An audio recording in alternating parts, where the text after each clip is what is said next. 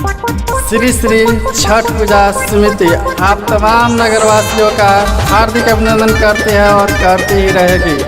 घाट पे आए हुए जितने भी बढ़ती है उनसे मेरा अनुरोध है कि अपने बच्चों का ध्यान रखें और पोखरा के पास न जाने दें।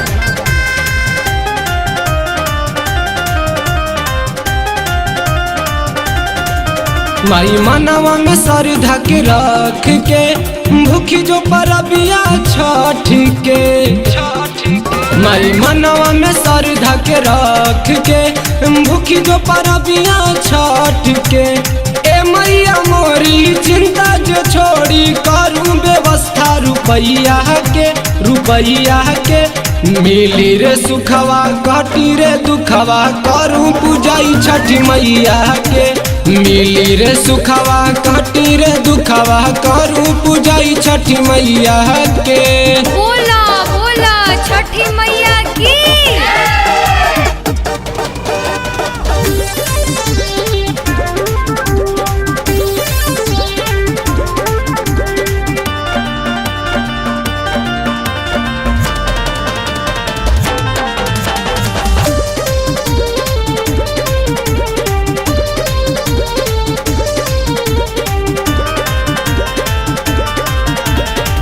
गोहुमा सुखा दे तू बेता धोई बुआ पकवान माई बनावे के होई। गोहुमा सुखा दे तू बेता धोई बुआ पकवान माई बनावे के होई। राखे जे श्रद्धा करे ले कृपा टाल देले संकट समैया के।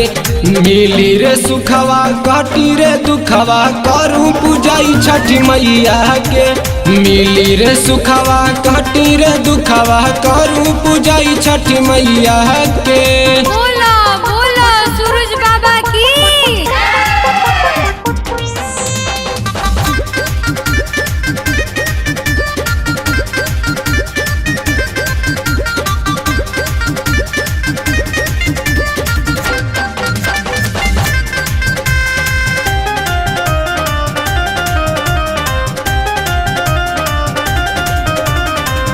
बबलू कमेंदर अंश मिली संघतिया लाई दीही फलावा सजाई दीही घटिया।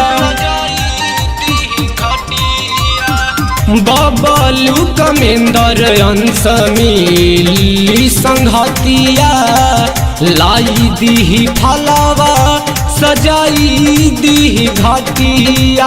मिथुन नीरज करे ले आरज लिपदान घर अंगनैया के। मिली रे सुखवा कटी रे दुखवा करूँ पूजाई छठी मैया के।